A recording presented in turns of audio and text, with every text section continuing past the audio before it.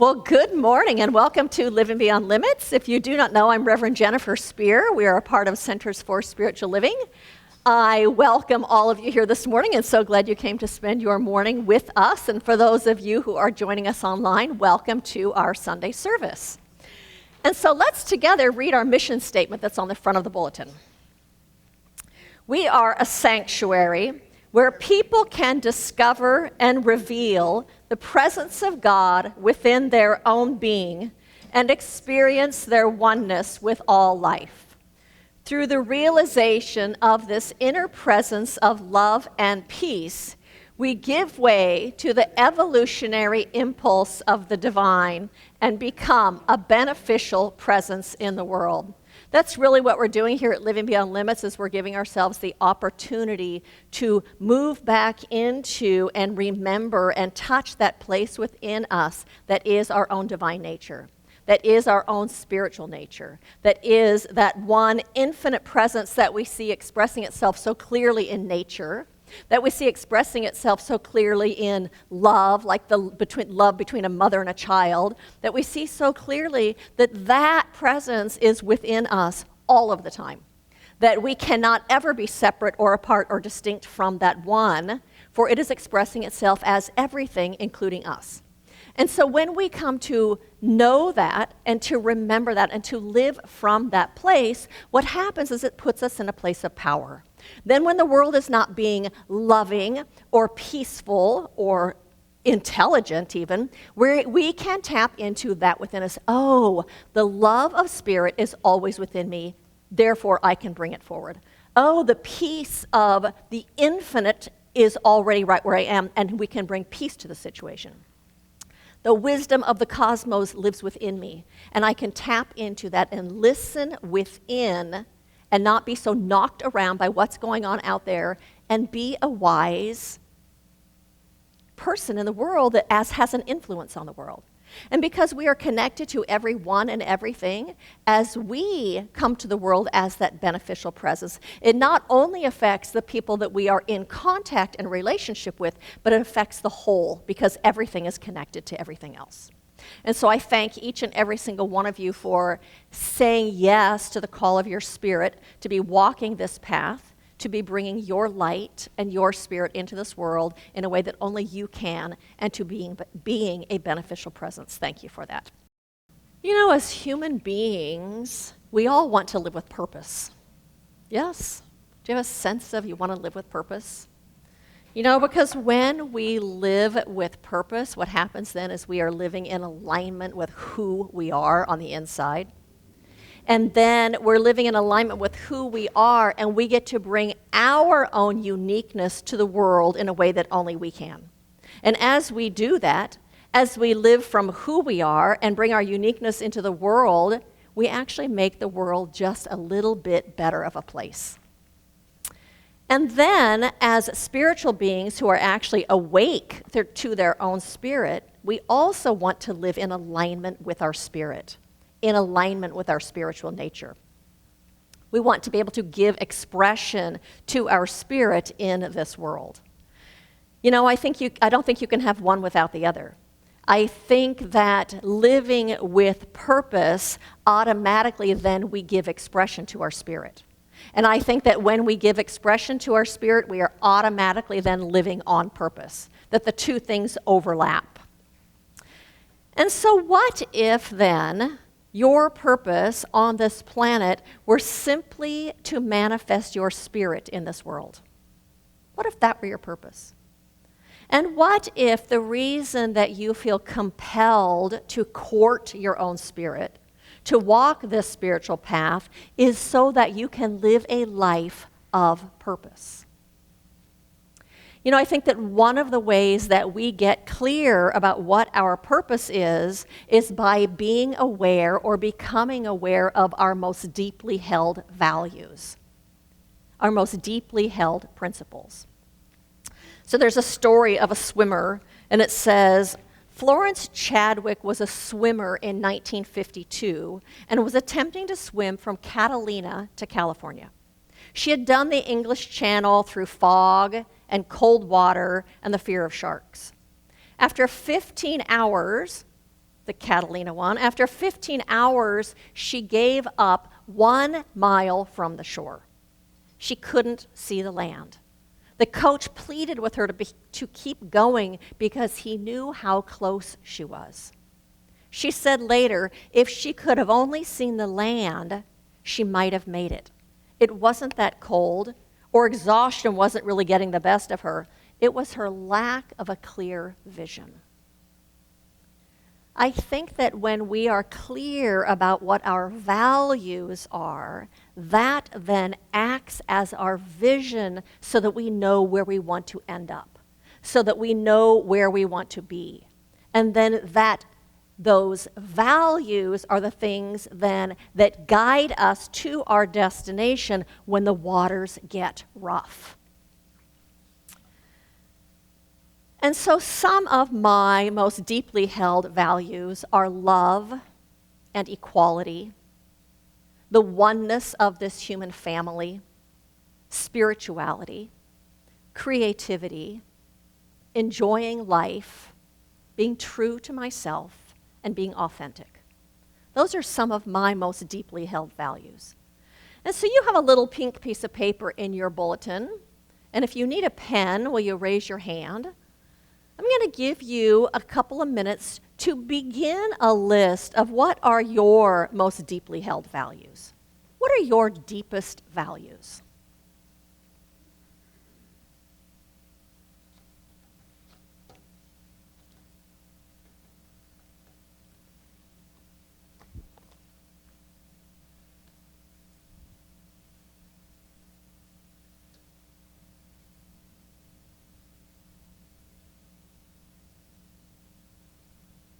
So I'm going to invite you just to wrap that one up right there, knowing that this is not a complete list, it's the beginning of a list. Reverend Dr. Roger Teal said, "Every one of us is born to make manifest the glory of God. The most powerful way we fulfill this high calling is to discover and empower your soul's sincere desire, and to allow this soulful clarity to provide leadership for your choices, intentions, prayers, and actions." Those are the values that are most important to you. Those are how your soul desires to express itself in this world through those. And I know that we hold values, and yet sometimes we don't always live by them. Sometimes it's not always easy to live by them. Sometimes we get triggered by things that are happening in the world, like politics that we don't agree with, like things that are going on in the world that we don't think are fair, that we don't think are right. Sometimes when those things happen, we have strong egoic reactions, and emotions run high when we get triggered by that stuff. Sometimes we feel angry, or we feel afraid, or we feel threatened, and in turn then we lash out, or we become defensive, or we put up walls between us and those others, or sometimes we even attack in return. Yet Ernest Holmes, the founder of this philosophy, says, when we fail to live in accord with the divine, we bring suffering upon ourselves.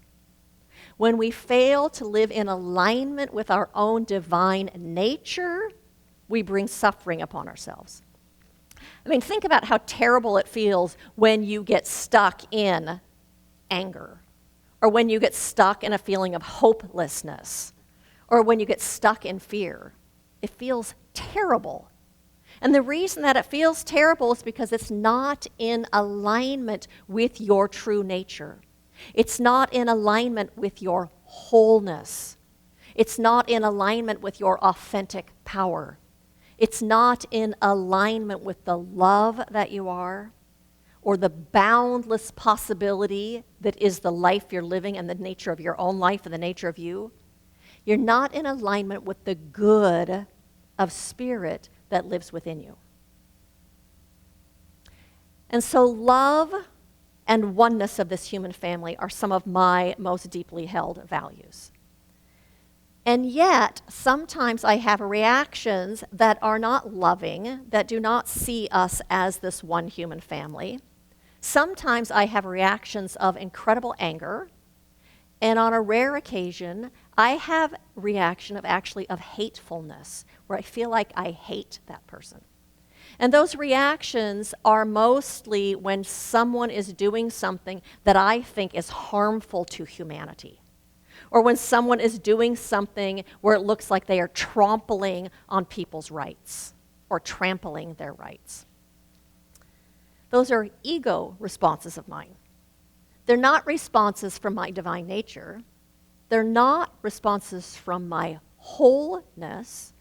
They're not responses from oneness or from love or from the part of me that is eternal and knows that it can never be damaged. That's not where I'm coming from when I have those kind of reactions. But it's okay to have strong reactions. We're human beings. That's part of living this life. We have strong reactions. They're there to tell us that something isn't okay. This, what's happening out here, is not okay. This, what's happening out here, is not in alignment with spirit and with this spiritual nature of life. It's not in alignment with that. And yet, I don't want that to control me, and I don't want those high emotions to run me in my life. I want to be at choice. And I want to be at choice, and we don't want those things to run us because we are committed to walking this spiritual path. We are committed to living from our spirit. We are committed to staying awake and aware when the world is challenging. So because we're walking this spiritual path, we don't want to let that stuff run us. Sometimes we don't live out of those most deeply held values simply because we're not being mindful. We're not paying attention. We're not taking responsibility for our reactions. You know, when they say, they made me do it, they made me mad. We're not taking responsibility for our reactions and our thoughts. And sometimes we don't live in alignment with our values because we're living out of old patterns of the way we used to act, the way we used to behave, the things that we used to do. Living out of an old paradigm that doesn't really reflect who we know ourselves to be today. I remember it was sometime after practitioner training, and I went Christmas shopping at Sears, and I was going to buy my girlfriend 2 pairs of Levi's. And so I bought them, and I went to the cash register, and I paid for them, and then I went to leave, and as I was walking away, I thought, that doesn't seem right how much she charged me. I don't think she charged me enough. So I got my receipt out, and I looked at it, and sure enough, she'd only charged me for 1 pair of jeans, yet I had bought 2. It didn't sit right inside of me to do that. So I went back to the cash register and told her, you forgot to charge me for 1 of these pairs, and I paid for them. There would have been a day when I loved to have gotten away with not having to pay for a pair of jeans. But that was no longer in alignment with who I saw myself to be. It was no longer in alignment with my spirit that I was awake to. One of my favorite quotes from Neale Donald Walsch out of his books, Conversations with God, he talks about that we aren't here, human beings on this planet Earth, like it's a schoolroom, here to learn lessons. He says instead, we are here to discover who we are, to discover capital who, capital we, capital R. And we are here to discover who we are and to become who we want to be. That is so powerful to me. Ted Decker said, everything we say, do, and think always aligns us with darkness or light, with love or grievance. Thus, everything is a spiritual practice, whether we are aware of it or not. We are constantly, in every moment, aligning with one way of being or another The choice is ours to make each moment of the day. We get to choose. What are we aligning with? Where are we coming from? Are we coming from our ego and our woundedness and our smallness? Or are we coming from our spirit and our wholeness and our love and our authentic power? Everything, all of it, even the parts you don't like, are part of our spiritual path. They are part of our spiritual practice. So it takes mindfulness. It takes checking in with ourselves and paying attention to what we're thinking and what we're saying and what we're doing. It takes constant awareness. You know, they say that a plane is off course when it's flying 90 to 95% of the time due to weather and human error. It takes constant course correction. It takes constant paying attention. Are we in alignment with what it is that we really believe and who it is we want to be and who it is we want to become? It's not that we can't have human emotions. We can have them. And as you know, emotions are moving. They're in motion. Emotions we are meant to move through. So the problem isn't having those emotions. The problem is when we get stuck in them. But I invite you to, when you feel like you are stuck in an emotion, we all get stuck in them, is to ask yourself, is this serving me? Is me being angry at this politician and hating this person, is it serving me? Is it making a difference in the world? Is it changing anything? Is it helping anything? Is it moving me toward where I want to go as a spiritual being in this human incarnation? And my guess is the answer is no. The thing that changes that is voting, not being angry. So to ask yourself, is this emotion that I'm stuck in serving me? And so I think it takes deciding then, the first thing is deciding what our values are. To work on that list, deciding what your most important and deepest values are. And then it takes committing to the spiritual path and knowing that those values of yours are a soul call from you. They enable you to live with purpose and to be on purpose in this lifetime. And then the third thing is to keep those values in the forefront of your mind. So the title of my talk today is Falling in Line. And I'm talking about that when we pursue a life where our thoughts and our words and our intentions and our actions are in alignment with our deepest values, then we are constantly growing. Then we are constantly evolving. Then we are creating a better world for everyone. It is then that we become self-actualized and that we live on purpose. As we do that, we feel more fulfilled. We feel more satisfied. And like I said, and the world becomes better around us. And so you are being called now to translate your values into real life actions. You are being called to constantly and consistently embody your own personal values and have them then become your lived experience.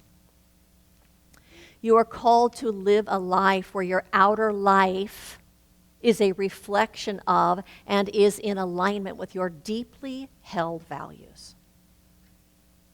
So some of my values are the oneness of this family of humanity. That means if I'm living in alignment with that, I don't get to call people other.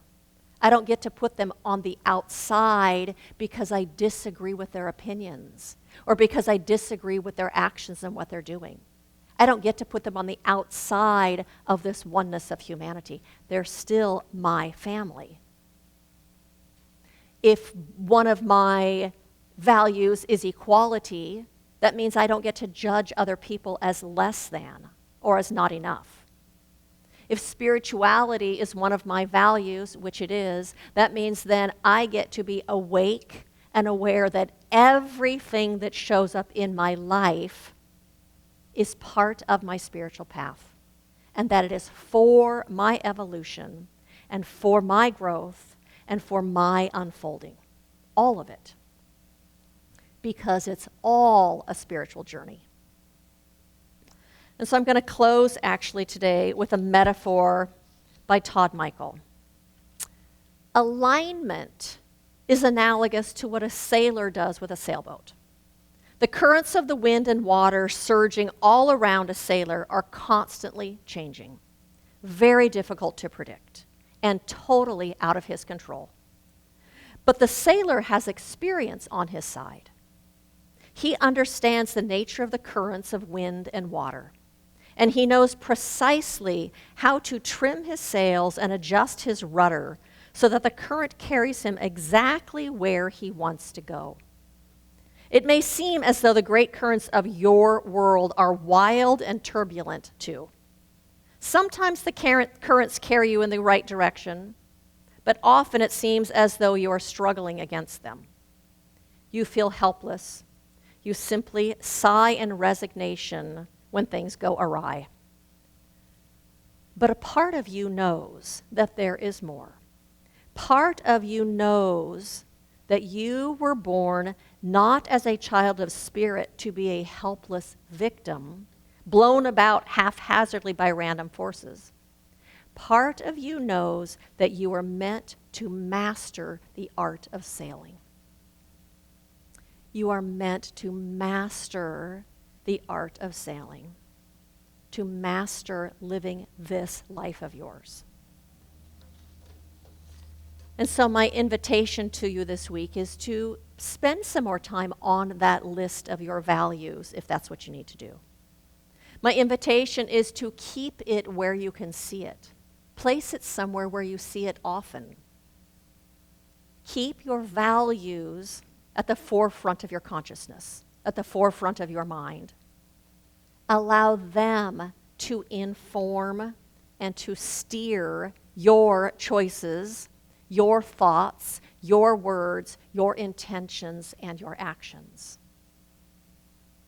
And as a result, you will be continually evolving, continually growing, living on purpose, and making this world a little bit better by your presence. So blessings to each and every single one of you as you walk this path of your spirit, bringing your light and your goodness into this world that absolutely makes a difference. Blessings to all of you.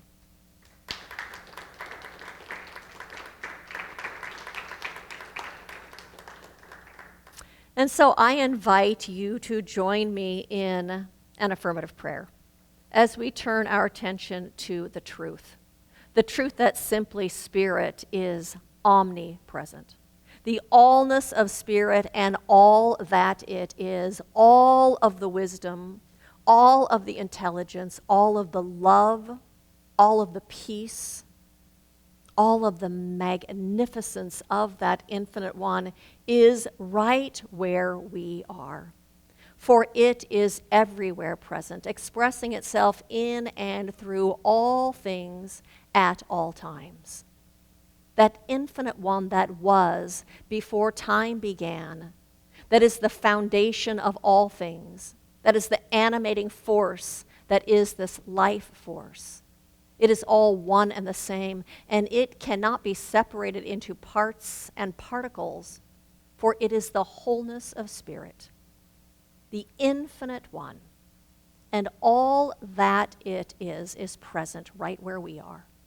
And so today we lean into that knowledge, recognizing that that presence is expressing itself as our very own Spirit. It is expressing itself within our minds, within our hearts, within our bodies. That it acts as intuition, leading us into our perfect places. That it expresses itself as our most deeply held values that guide us and direct us in this life of our own unique unfolding. Our own unique gifts and talents are the ways that we express this. I recognize that we are living this life within the good itself, and that good unfolds it through us in a way that blesses our lives and that blesses this entire world.